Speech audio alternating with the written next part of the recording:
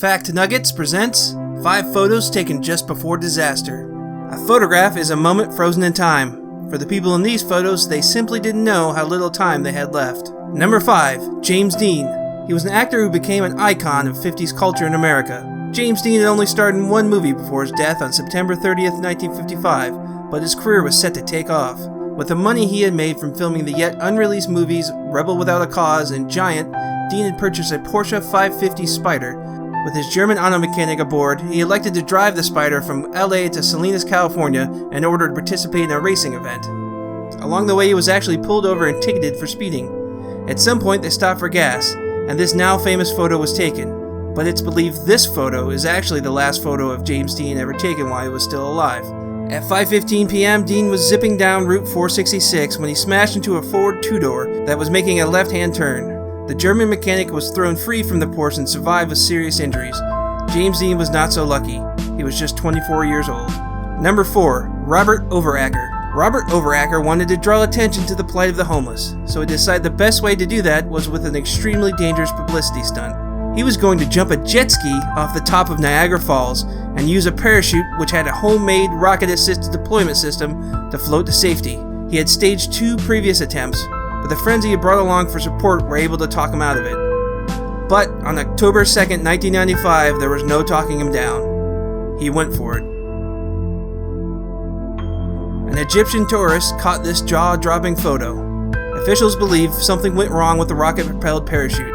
Medical personnel were unable to revive him. Number 3. Ronaldo Daza. Ronaldo Daza was a Filipino politician who quite literally stared death in the face when he took this photo of his wife, daughter, and mother-in-law as they left their home to take part in a New Year's Eve street festival. What he would never know was that he had also captured the face of his killer and his killer's lookout. The man holding the gun was a local car thief whom Ronaldo had ordered to be arrested the previous year. Due to the sound of the crowds and fireworks going off outside, the family didn't even hear the gunshots. They only knew he had been hit after he fell to the ground, dead from a .45 caliber shot to the head. By then, his killer and his cohort were long gone. They probably thought they had gotten away with it. Fortunately, the family eventually thought to take a look at the digital camera's footage. The 2 killers were soon brought to justice. Number 2. Air France Flight 4590. The Concorde supersonic jet was a marvel of space-age technology and the pinnacle of luxury travel. It was designed in the late 1960s, and just 20 of them were ever built. Air France and British Airways were their primary operators.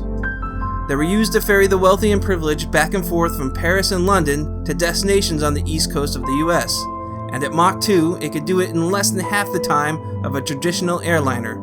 Although British Airways had managed to keep its supersonic routes profitable, by the late 1990s, Air France was struggling to make a profit with the Concorde. On July 25, 2000, a German cruise company had chartered a flight on the Concorde in order for its passengers to meet up with the MS Deutschland in New York City. At 4:43 in the afternoon, the Concorde was preparing for takeoff.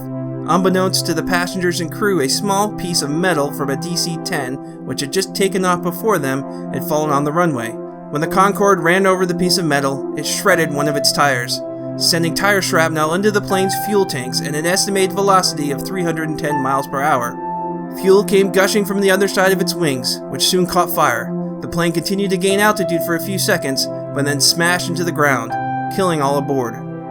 Although the crash was not the final coffin nail for the Concorde, it was a strong contributing factor. By October 2003, all the Concordes in service had been retired, which is a fact that many view as an unfortunate technological step backwards. Number 1. John Lennon. At 10:50 p.m. on December 8, 1980, John Lennon was shot and killed by Mark David Chapman at the entrance of Lennon's longtime residence in New York City, the Dakota. Chapman had been hanging out outside the Dakota all afternoon, mingling in with fans of Lennon. It was not uncommon for small groups to hang out in order to catch a glimpse of the former Beatle, or maybe even get an autograph, which is exactly what happened at 5:40 p.m. when photographer Paul Gorsch captured this incredibly eerie photo with his Minolta XG1. This is believed to be the last photograph of Lennon ever taken. That's Chapman himself in the upper right-hand side of this picture. Lennon is signing Chapman's copy of his newly released album, Double Fantasy. A few hours later, Chapman would again approach Lennon outside the Dakota, but this time he would empty his pistol into Lennon's back. Within minutes, Lennon was dead, and Chapman would be arrested without incident.